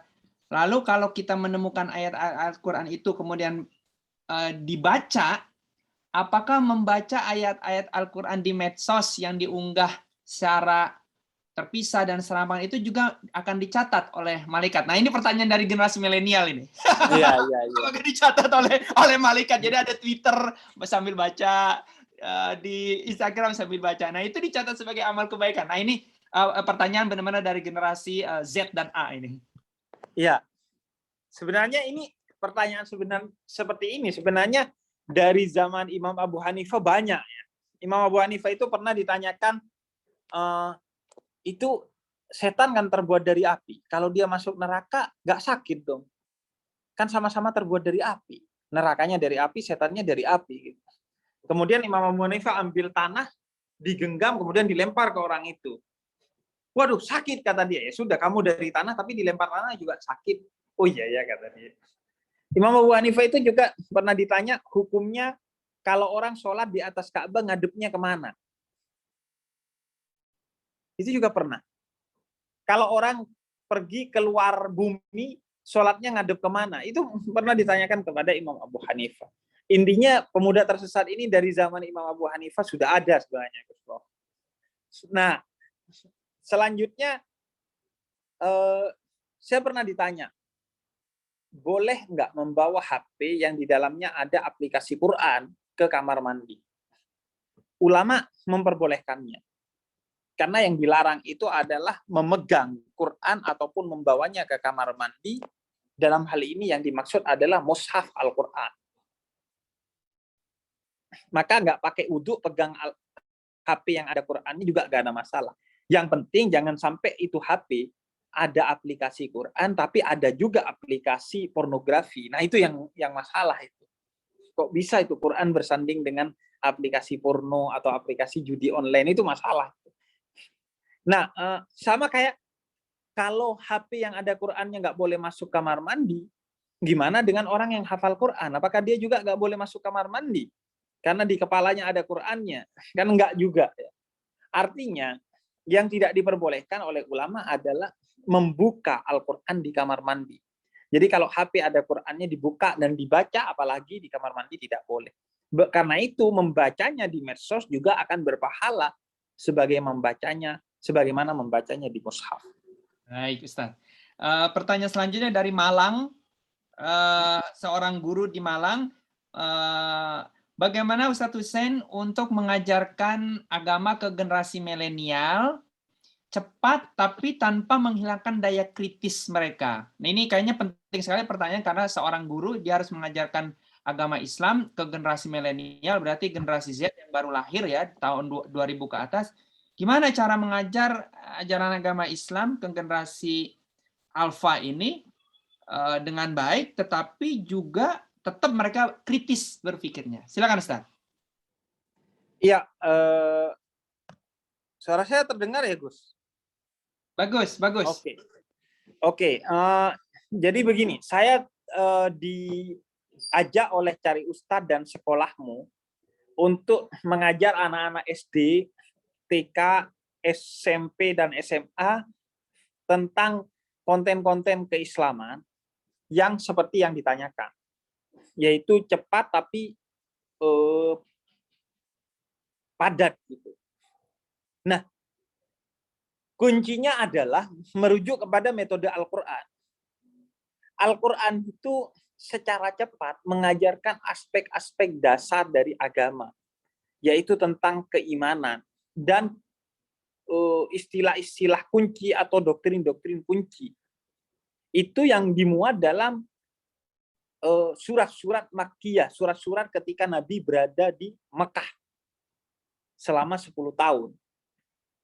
Jadi kuncinya adalah di waktu yang pendek ajarkan aspek-aspek keimanan dan aspek-aspek keislaman yang sifatnya dasar-dasar kepada anak-anak kita, generasi muda. Dengan itu, maka dia akan berjalan di tracknya sudah. Karena tracknya sudah ada, maka yang perlu diajarkan adalah iman dan manhajnya dia apa. Metodologi hukum dia apa. Kalau produk hukumnya biarlah dia mencari sendiri suatu hari. Tapi mindset dia dalam memahami hukum itu yang harus dipandu oleh kita. Bukan dengan menyesatkan, membid'ahkan, mensyirikkan, mentauhidkan, dan lain sebagainya. Metodologi, apa yang disebut dengan usul fiqh, itu yang paling penting. Sehingga kalaupun dia nanti sholat, sholatnya itu berkualitas karena didasarkan pengetahuan yang solid tentang apa itu sholat. Karena seringkali kita hanya belajar bagaimana sholat, tidak apa itu sholat. Sehingga sholat kita nggak pernah berkualitas. Itu mungkin, Gus. Terima kasih Ustaz Hussein. Ini selanjutnya ada komentar dari jemaah di Jakarta. Ustadz, persoalan di medsos ini adalah, atau keagamaan kita sekarang ini adalah, orang baru tahu satu ayat, dua ayat, satu hadis, dua hadis, sudah menyampaikan ke orang lain, kemudian menyalah-nyalahkan orang lain, kemudian mengklaim, mendaku bahwa yang benar adalah pendapat dia. Ini apa tanggapan Ustaz Hussein? Iya, itu kan menunjukkan kedangkalan mereka dalam memahami agama sesuai dengan sedikitnya jumlah ayat dan jumlah hadis yang dia ketahui. Karena semakin seorang paham luasnya ilmu Allah, maka dia akan semakin rendah hati dengan ilmunya. Hal yang paling kecil saja. Anda coba perhatikan ketika saat Quraisy ceramah itu. Beliau selalu menggunakan terminologi sependek pengetahuan saya. Bukan sepanjang pengetahuan saya. Dari sana saja kita bisa merasakan itu bagaimana kerendahan hati seorang yang berilmu. Atau di sisi lain, Imam Malik itu pernah diminta oleh Khalifah Harun ar-Rasyid untuk kemudian menjadikan kitab Al-Muwatta sebagai kitab resmi rezim itu pada saat itu. Beliau nggak mau. Imam Syafi'i berkata, pendapat saya benar, tapi bisa jadi mengandung kesalahan. Pendapat mereka salah, tapi bisa jadi mengandung kebenaran. Maka problem kita sebagai seorang Muslim saat ini itu adalah apa yang disebut sebagai fallibilism. Absennya fallibilism dalam kemadhaban kita. yaitu pandangan bahwa mungkin salah pendapat kita. Jadi dalam filsafat ada fallibilism, kemungkinan bahwa ada kesalahan pada pendapat kita. Itu yang hilang. Secara spiritual juga kerendahan hati seorang berilmu. Itu juga absen dalam diri kita. Sehingga makanya saya suka menyebut pengajian saya adalah pengajian pemuda tersesat, Gus Prof. Karena perasaan tersesat itu menurut saya penting untuk dijaga secara emosional, secara intelektual, dan secara spiritual. Agar seseorang menjadi terus belajar dan tidak pernah merasa suci. Karena perasaan itu sangat berbahaya bagi seorang secara intelektual, secara emosional, dan apalagi secara spiritual. Ketika sudah merasa suci, merasa pintar, maka dia akan kotor dan bodoh. Nah, orang yang punya perasaan itu menunjukkan kadar keagamaannya secetek apa, gitu, sedangkal apa. Dan kata para ulama kepada mereka, jangan kamu berdebat. Jangan kamu berdebat kepada orang yang kamu bisa patahkan argumen dan logikanya, tapi tidak bisa kamu patahkan emosi dan egonya. Kata Imam Syafi'i itu, idza nataqas safihu fala tujibhu fa khairum min ijabatihi sukut. Kalau datang orang yang bodoh, jangan kamu berdebat. Sebaik-baiknya jawaban kepada mereka adalah diam. Fadhanna anni ayitu anil jawabi fama ayitu. Pasti orang itu menyangka kamu bodoh dan tidak bisa menjawab sanggahan mereka, maka katakanlah kepada dirimu sendiri, kata Imam Syafi'i, fama ayitu. Saya enggak kalah, cuma saya malas ngeladenin orang yang ngotot, gitu kira-kira. Baik, Ustadz Hussein, terima kasih banyak. Mungkin dari jemaah langsung di Belgia ini ada yang mau bertanya, Ibu Tutus, Ibu Julizar, Waan, silakan. Secara langsung. Pak Bahtiar, Kang Anton, Bu Mawarti, Bu Ima, Bu Leli, silakan. Ini jarang-jarang ini bisa. Saya mungkin Pak Ustadz. Oh, silakan Bu Julizar, silakan. Ibu Julizar ini Ustadz Hussein ketua pengajiannya nih. Silakan, Bu. Ibu. Assalamualaikum warahmatullahi wabarakatuh. Waalaikumsalam warahmatullahi wabarakatuh. Gini Pak Ustadz Hussein, saya jadi deg-degan ini begitu mendengar isi ceramah ini. Kenapa? Karena saya sebagai generasi di saya sendiri, saya masih harus belajar tentang agama. Tapi tugas saya terasa semakin berat karena saya masih punya anak remaja di generasi sekarang. Dan lebih berat lagi karena kita tinggal di Eropa yang sistem kontrolnya adalah lebih rendah, lebih sedikit daripada sistem kontrol masyarakat di Indonesia. Jadi membuat saya semakin, aduh berat sekali ini tugas saya. Dan pertanyaan saya adalah, bagaimana menghadapi anak generasi sekarang, terutama anak-anak kami yang tinggal di sini, dengan segala pertanyaan yang tentu saja kita kan agak sedikit takut ya melanggar akidah Islam gitu, yang sehari-hari saja gitu. Bagaimana menghadapi pertanyaan-pertanyaan mereka dan menjawab pertanyaan mereka secara logika, karena mereka selalu bertanya seperti ini, memberikan pertanyaan dan saya harus memberikan jawaban dengan alasan. Karena mereka bertanya, kenapa begini? Kenapa yang itu begitu? Kenapa kok di media sosial? Kenapa di media sosial saya dengar begitu?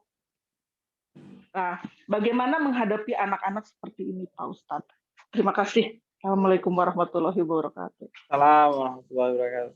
Nah, ini kecelakaan kita, Ibu. Kita besar dalam tradisi itu yang sifatnya hanya mengetahui bagaimana, bukan apa.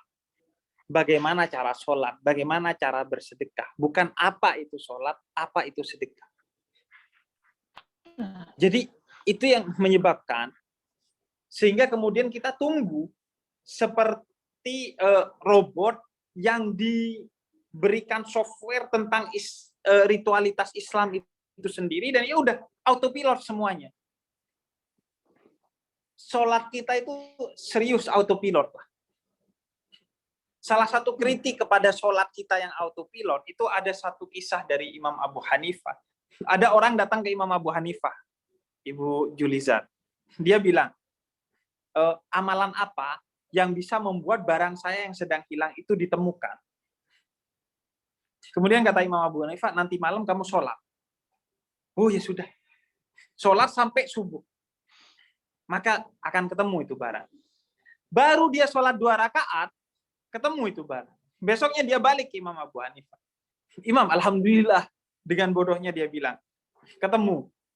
Setelah saya sholat baru 2 rakaat udah ketemu. Kok bisa? Itu amalan dari siapa? Kemudian kata Imam Abu Hanifah, itu amalan dari setan. Jadi setan tidak akan membiarkanmu khusyuk dalam sholat, makanya setan bantu carikan itu barang, sehingga ketika sholat kamu kepikiran. Itu sholat kita autopilot gitu aja, Bu. Kita sholat tapi pikiran kemana-mana, karena kita hanya tahu bagaimana cara sholat, tapi tidak tahu apa itu sholat. Nah, sehingga kemudian ada gap antara kita dengan generasi baru di anak-anak kita. Ada gap, karena transmisi keilmuan yang seperti itu tiba-tiba error, karena dihadapkan kepada pergeseran generasi yang begitu kontras. Seandainya anak ibu tidak memasuki zaman baru yang disebut zaman digital, mungkin ibu tinggal mentransmisikan apa yang telah ibu dapatkan dari orang tua ibu. Tapi kan tiba-tiba ini geser zamannya. Maka kita perlu kemudian melihat tools-tools pergeseran zaman ini. Makanya Sayyidina Ali dari dulu sudah mewanti-wanti, didiklah anakmu sesuai zamannya, bukan sesuai zamanmu. Karena dia lahir di zamannya, bukan di zamanmu. Nah, bagi saya kuncinya adalah gini, rasionalitas dalam beragama itu tumbuh begitu dahsyat.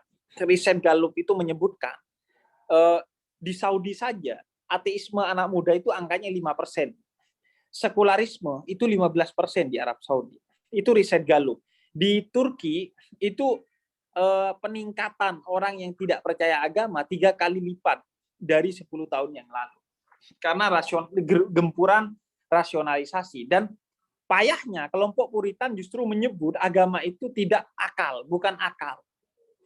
Sehingga akal terdistorsi dalam agama. Maka bagi saya, kuncinya adalah kita belajar apa yang ada pada anak kita. Karena itu, jangan memposisikan kita sebagai mufti bagi anak kita, tapi menjadikan kita sebagai sahabat diskusi bagi anak kita dalam hal agama.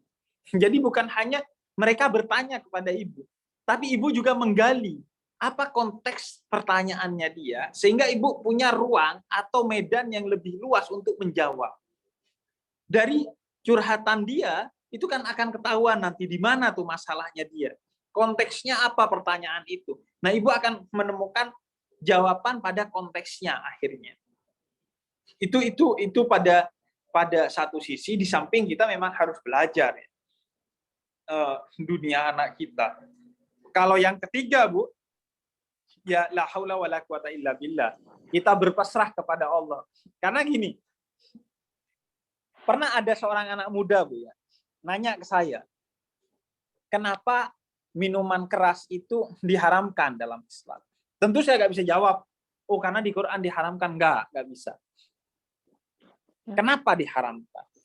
Kemudian saya bilang begini, minuman keras itu adalah minumannya setan, kata Nabi. Nah, kalau itu diminum oleh kamu, kamunya jadi setan dan setannya kehausan. Maka ada kezaliman yang nyata di sini. Saya bercanda ini, Bu, jawab. Di Jogja, saya ingat sekali jawab ini di Jogja. Dan Ibu tahu kata anak muda ini, amazing, ini jawaban yang saya tunggu-tunggu dari dulu. Kita nggak bisa menduga pintu hidayah orang itu di mana. Artinya, pada akhirnya harus ada gambling. Ketulusan Bu Julizar sebagai seorang ibu yang hendak mendidik anaknya, saya rasa, saya duga, dan saya yakini akan membuat ibu diberikan karunia oleh Tuhan untuk bisa mendidik anaknya. Ketika kita punya ketulusan untuk mendidik anaknya, saya rasa Tuhan akan serius membimbing ibu untuk memberikan jalan menemukan jawaban-jawaban itu. Itu saya rasa penting juga. Itu mungkin Gus Prof. Amin. Terima kasih Ustaz Hussein. Terima kasih Pak Husen. Bu Juliza atas pertanyaannya. Mungkin satu lagi pertanyaan sebelum kita tutup dari ibu-ibu yang punya banyak anak gadis, yang punya cucu, saudara, atau siapa Bu Leli, Pak Batiar, atau Mbak Inong ini, Masya Allah anak gadisnya katanya ini lagi susah-susahnya. Siapa silakan? Ya kami juga sama ya.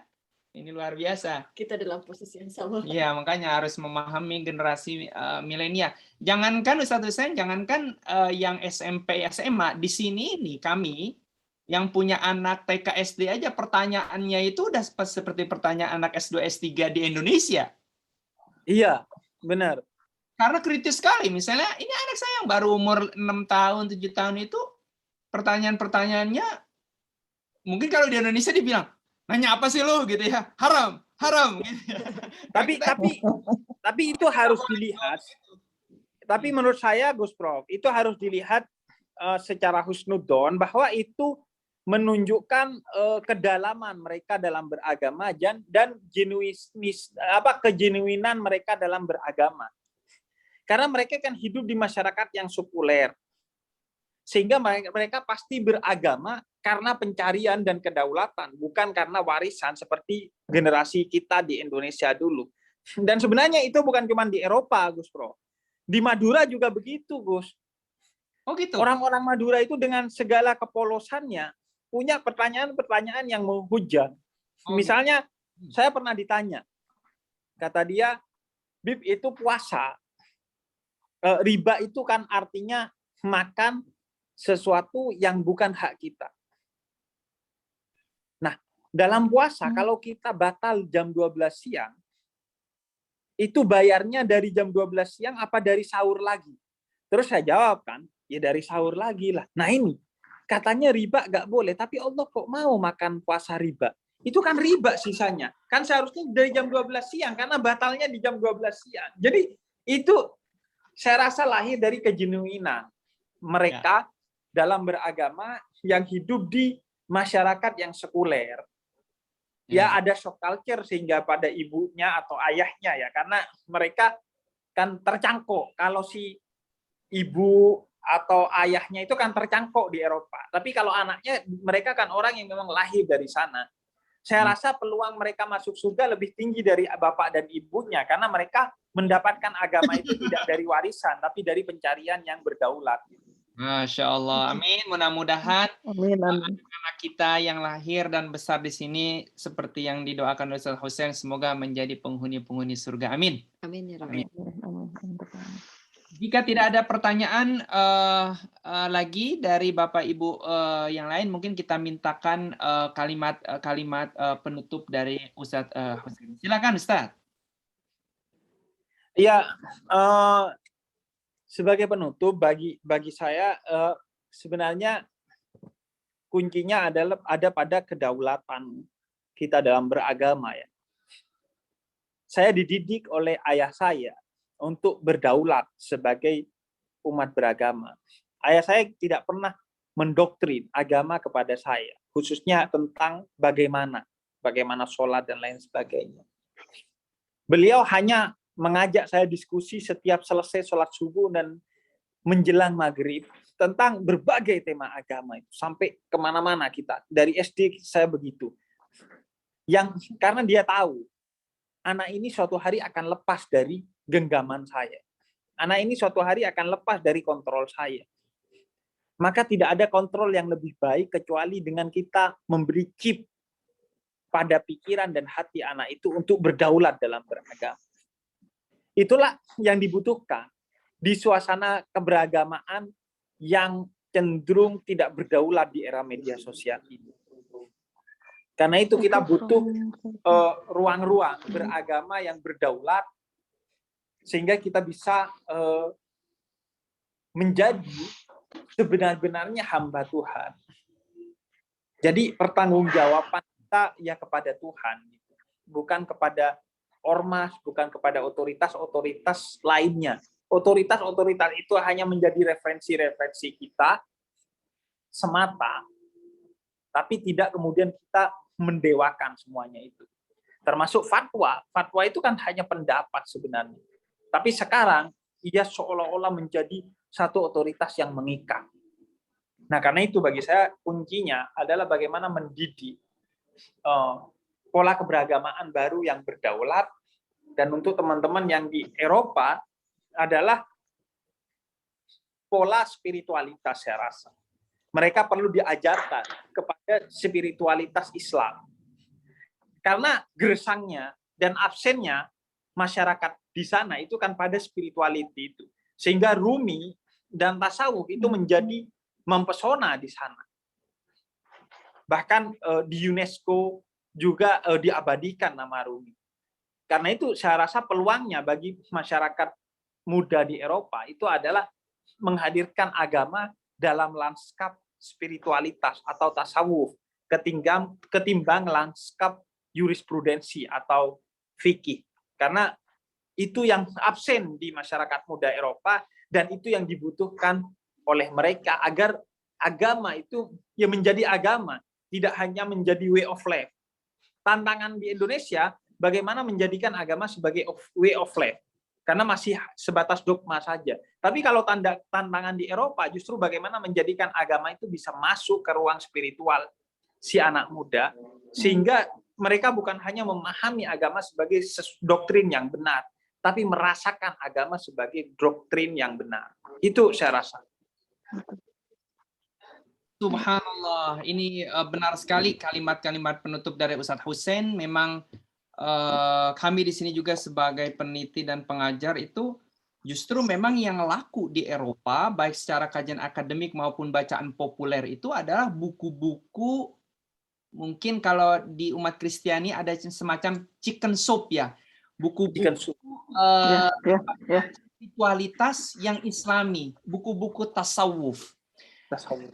Karena itu masa depan Islam di Eropa itu adalah masa depannya tasawuf. Dan alhamdulillah banyak sekali pusat-pusat zikir, kemudian tariqah, dan berkat tasawuf dan tariqah ini banyak orang Eropa yang masuk Islam. Dan salah satunya alhamdulillah juga berkat bantuan Ustadz Hussein ini, kita sekarang sudah memiliki Masjid Indonesia yang pertama di Belgia, alhamdulillah.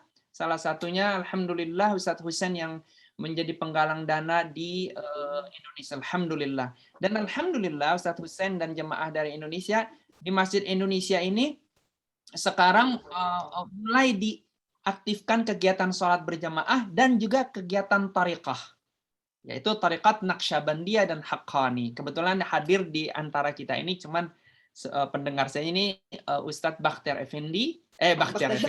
Hasan yang hadir sebagai ketua pembangunan Masjid Indonesia ini. Jadi alhamdulillah betul sekali Ustadz Hussein, ini tantangan kita untuk menanamkan nilai-nilai tasawuf atau bahasa lainnya spiritualitas Islam ke dalam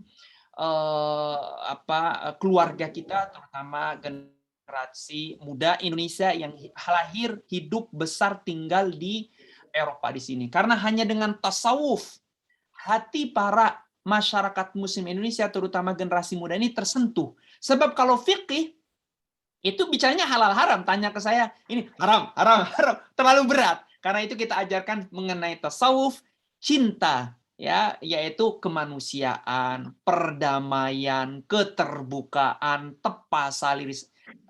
Jadi bagaimana mengajarkan mereka keagamaan atas dasar cinta dan perdamaian. Terima kasih Ustadz Hussein atas kalimat-kalimat penutup yang sangat baik dan tausiah yang sangat mencerahkan untuk kita semua. Semoga bermanfaat bagi kita semua. Ustadz Hussein, Bapak Ibu semua yang hadir secara daring, mari kita tutup pengajian kita dengan bacaan hamdalah. Kita tutup dengan doa kafaratul majlis. Subhanakallahumma wa bihamdika asyhadu an la ilaha illa anta astaghfiruka wa atubu ilaik. Dan kita tutup dengan membaca surah Al-Asr. Bismillahirrahmanirrahim. Wal 'asri innal insana lafi khusr illal ladzina amanu wa 'amilus shalihati wa tawassaw bil Haqqi was haqqi.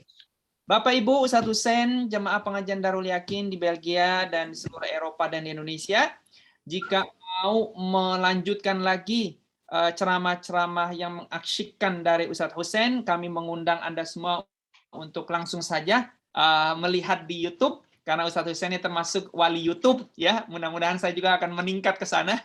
Sementara jadi wali Twitter aja dulu. Jadi silakan langsung ke YouTube. Punya Ustadz Hussein Ja'far Al-Hadar, dan juga beberapa bukunya dari hasil ceramah-ceramah beliau. Silakan beli saat di Indonesia.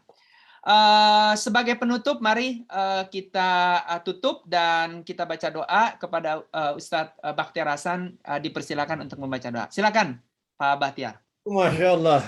Nanti ini pertama-tama saya cuma ucapkan terima kasih banyak Habib Hussein atas semua nasihatnya. Mudah-mudahan hari ini kita bisa paling tidak mengambil berkah daripada nasihat-nasihat, daripada tausiah Habib, daripada apa-apa yang sudah disampaikan. Mudah-mudahan paling tidak dia menjadi berkah bagi anak-anak kita.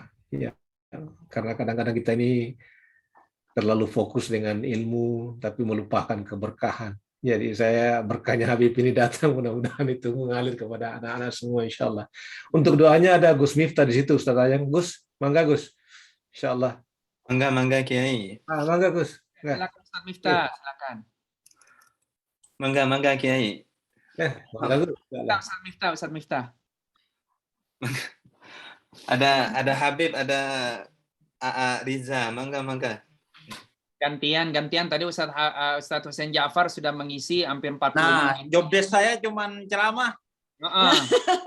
Itu dia, nanti kalau suruh doa lagi berat kita. Silakan Ustadz Miftah. Amplopnya cuma amplop ceramah, nggak ada amplop doa. Iya, makanya berat nanti kalau ditambah amplop doa. Ayo, kalau Ustadz Miftah kan gratisan. Ayo Ustadz Miftah gratis. Bisa diambilkan di satu lembar hidup dalam doa, Riza. Saya belum kobil tuh dengan stok doa itu. Mangga Riza, mangga Gus Prof. Mangga. Baik, Bapak Ibu sekalian, mari kita membaca suratul Fatihah. Semoga kita semua sehat, istri, suami, anak, semua keluarga besar kita sehat walafiat, yang sakit disembuhkan oleh Allah Subhanahu wa taala, yang sedang belajar kuliah dilancarkan belajar dan kuliahnya, yang bekerja juga dinaikkan derajatnya, gajinya dinaikkan, ya. Yang belum berjodoh, yang belum bekerja diberikan pekerjaan, ya. Yang ada punya masalah, persoalan dalam hidup, semoga Allah Subhanahu wa taala mudahkan dan lancarkan sehingga menemukan jalan keluar yang terbaik. Al-Fatihah. Auzubillah.